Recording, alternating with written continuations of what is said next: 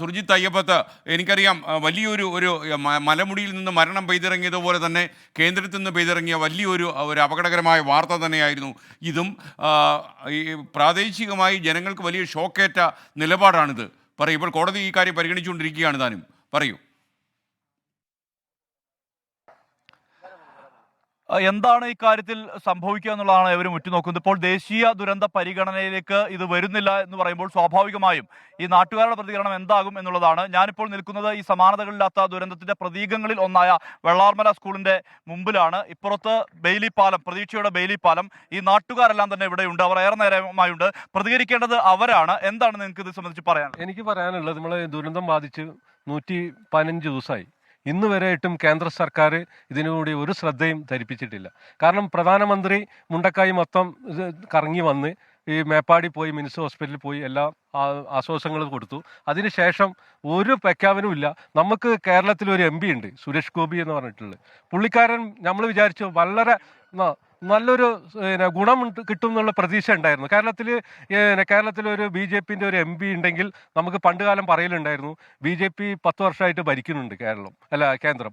ആ ഭരിക്കുമ്പോൾ കേരളത്തിലൊരു MP ഉണ്ടെങ്കിൽ നമുക്ക് മേടിച്ചു തരും എന്ന് ഒരു പ്രഖ്യാപനം നമുക്ക് തെരഞ്ഞെടുപ്പിൽ പറയലുണ്ടായിരുന്നു. ഇന്ന് ആ MP ഉണ്ടായിട്ട് നമുക്ക് ഒരു ഗുണങ്ങളും കാണുന്നില്ല. ഈ 116 ദിവസമായിട്ടും നമുക്ക് എന്തെങ്കിലും ഈ സാധാരണക്കാരന് ഇവിടെ ദുരന്തം ബാധിച്ച സ്ഥിതിക്ക് ഒരു സന്തോഷമായ ഒരു കാര്യങ്ങൾ നമ്മളെ കേന്ദ്ര സർക്കാരിൽ നിന്ന് വരണം. കേരള സർക്കാരിൽ നിന്ന് വെച്ചാൽ ആവശ്യത്തിനുള്ള ഫണ്ടുകളൊക്കെ ഉപയോഗിച്ച് കളഞ്ഞു. ഇനിയും നിലവിലുള്ളത് വീട് വെക്കാനുള്ള ഫണ്ടാണ് പറഞ്ഞിട്ടാണ് നിർത്തിക്കൊണ്ടിരിക്കുന്നത്. ഇപ്പോൾ നമുക്ക് പറയാനുള്ളത്, പ്രധാനമന്ത്രി മോഡി സുരേഷ് ഗോപിയും വളരെ ഗൗരവത്തിലെടുക്കണം. എന്നാലല്ല നാളെയും ഈ MP മാർക്ക് വോട്ട് ചെയ്യാൻ നമ്മൾ മുന്നിൽ വരിക. അത് ഇവിടെ പറഞ്ഞ പോലെ തന്നെ ഈ 116 ദിവസത്തോളമായി നമ്മളിവിടെ ഈ പ്രദേശത്ത് ഉരുൾപൊട്ടി വളരെയധികം വിഷമിച്ച് നിൽക്കുന്ന ഒരു ഇതാണ് നമ്മളെല്ലാം കണ്ടുകൊണ്ടിരിക്കുന്നത്. പക്ഷേ ഇതുവരെ ഒരു പുനരധിവാസത്തിന് ഇതുവരെ ഗവൺമെൻറ്, സെൻട്രൽ ഗവൺമെൻറ് ആണെങ്കിലും കേരള ഗവൺമെൻറ് ആണെങ്കിലും അതിന് ഇതുവരെ മുൻകൈ എടുത്തില്ല. വളരെയധികം ഇതിന് നമുക്കറിയാം, വോട്ട് വണ്ടി ഇല്ലെങ്കിലൊക്കെ വലിയൊരു പ്രശ്നങ്ങൾ. കാരണം വോട്ട് ചെയ്യാൻ ആളുകൾ എവിടേക്കായിരുന്നു, നമുക്ക് ശതമാനം കുറഞ്ഞപ്പോൾ തന്നെ മനസ്സിലായല്ലോ. അപ്പോൾ ഒരു പുനരധിവാസം, എത്രയും പെട്ടെന്ന് പുനരധിവാസം അത് നടത്തണം. അതിന് ഈ സെൻട്രൽ ഗവൺമെൻറ്റും കേരള ഗവൺമെൻറ്റും അതിന് ഇടപെടണം. അതുപോലെ തന്നെ ഞങ്ങൾ ഇവിടെ നിൽക്കുന്ന ഒരുപാട് ആളുകളുണ്ട്. ആ ആളുകൾക്ക് ഇവിടെ സുരക്ഷ നൽകുക, ഒരു പ്രാഥമികമായിട്ടുള്ള കാര്യങ്ങൾ നടത്തുക. സ്കൂള് ഇന്നലെ 250 പിള്ളേർ വഴിയിൽ നിന്ന്, കാരണം KSRTC ബസ്സാണ്, ആ ബസ് ഇവിടെ നിന്നുപോയപ്പോൾ ഈ പിള്ളേരെല്ലാം വഴിയിലായി. അതുകൊണ്ട് ഞങ്ങൾക്ക് 7ാം ക്ലാസ് വരെ ഇവിടെ ഒരു ആ സ്കൂൾ ഇവിടെ നിലനിർത്തുക, ഇവിടെ നിൽക്കുന്ന ആളുകൾക്ക് അതിനുള്ള പ്രാഥമിക സൗകര്യങ്ങൾ നടത്തുക. അതുപോലെ തന്നെ നിങ്ങൾ കണ്ടല്ലോ, ഇപ്പം മഴയില്ലെങ്കിൽ ഇവിടുത്തെ അവസ്ഥ, വഴി വെള്ളം ഇല്ലാത്തൊരവസ്ഥ. അപ്പോൾ ഈ പുഴ ഒന്ന് നീക്കി ഒരു നല്ലൊരു സൗകര്യമാക്കി ഈ ബിൽഡിങ്ങിന് സുരക്ഷമായിട്ട് നല്ല ക്ലാസ് റൂമുകളുണ്ട് ഇവിടെ. ആ ക്ലാസ് റൂമുകളൊന്ന് പുനരധിവസിക്കുക. എന്തായാലും ഈ സെൻട്രൽ ഫണ്ടിന്റെ കാര്യത്തിൽ നിങ്ങൾക്ക് ആശങ്കയുണ്ടോ? കേന്ദ്ര ഗവൺമെന്റിന്റെ കടുത്ത അനാസ്ഥയാണിത്. ഈ ജനതയോട് ഒരിക്കലും ചെയ്യാൻ പാടില്ലാത്തൊരു കാര്യമാണ് അവർ ചെയ്തത്. അതുമാത്രം പറഞ്ഞുകൊണ്ട് തീരുന്നില്ല. നമ്മൾ ഇവിടുന്ന് അട്ടമല എന്ന് പറഞ്ഞൊരു സ്ഥലമുണ്ട്, അവിടെ ടൂറിസം ഇഷ്ടം പോലെ റിസോർട്ടുകളും ഗ്ലാസ് ബ്രിഡ്ജും കാര്യങ്ങളൊക്കെ ഉണ്ട്.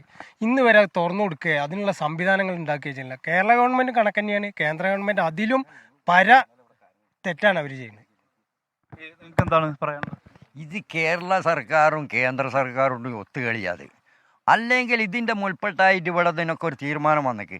ഇത് നോക്കി നിങ്ങൾ നോക്കി, ഇവിടെ കാട് മുളച്ച് ഇത്രയും സമയം വന്ന് എന്താ ചെയ്ത് കേരള സർക്കാർ ചിലവാക്കി? എന്ത് ചിലവാക്കി? ഇവിടെ ഒന്നും ചിലവാക്കിയില്ല. ഇവിടെ ഈ അഴിമതി കൊള്ള നടത്തിയെന്നല്ലാണ്ട് ഇതിന് കോടികൾ ഇങ്ങനത്തെ ഓരോരോ ഇതിന് ചിലവാക്കിയെന്ന് എഴുതിയെന്നല്ലാണ്ട് വേറെ എന്താ ചെയ്തത്? ഇവിടെ ഒന്നും ചെയ്തില്ല. അഭിപ്രായം? കേന്ദ്ര ഫണ്ട് ശരിക്കും പറഞ്ഞു കഴിഞ്ഞാൽ ഒന്നും പ്രഖ്യാപിച്ചിട്ടില്ല. പ്രധാനമന്ത്രി വന്ന് ഒരു ഫോട്ടോഷൂട്ട് നടത്തിയിട്ട് പോയി എന്നല്ലാതെ ഇവിടെ ഉള്ളവർക്ക് ഭൂമി കണ്ടെത്താനോ, ഭൂമിൻ്റെ വിഷയമുണ്ട്, അതുവരെ ഒന്നും റെഡി ആയിട്ടില്ല. എത്ര ആളുകളെ വീട് പോയിട്ടുണ്ട്, ആ ആളുകളെ പുനഃസ്ഥാപിക്കാനുള്ള ഒരു ലിസ്റ്റ് തയ്യാറാക്കി, ഇതും ജനങ്ങളൊന്നും അറിയുന്നില്ല.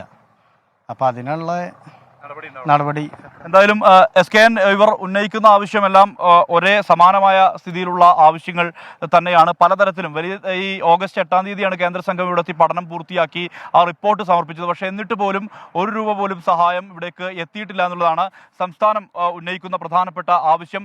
L3 കാറ്റഗറിയിലെങ്കിലും ഈ ദുരന്തത്തെപ്പെടുത്തിയാൽ മാത്രമേ അർഹമായ ഒരു സഹായം, കൃത്യമായ രീതിയിലുള്ള സഹായം ലഭിക്കുകയുള്ളൂ എന്നുള്ളതാണ്. SDRFന് ഒരുപാട് മാനദണ്ഡങ്ങളുണ്ട്. ആ മാനദണ്ഡങ്ങൾ പ്രകാരം ഇപ്പോൾ ഒരു വീട് നിർമ്മിക്കാൻ 1,30,000 രൂപയാണ് അനുവദിക്കുന്നത്. 1 കിലോമീറ്റർ റോഡ് നിർമ്മിക്കാൻ 70,000 രൂപയാണ്. എങ്ങനെയാണ് അത് സാധ്യമാവുക എന്നുൾപ്പെടെയുള്ള കാര്യങ്ങളാണ് ചർച്ചയായി ഉയരുന്നത്. അതുകൊണ്ട് തന്നെ സുർജിത്ത് അവിടെ തന്നെ തുടരുക.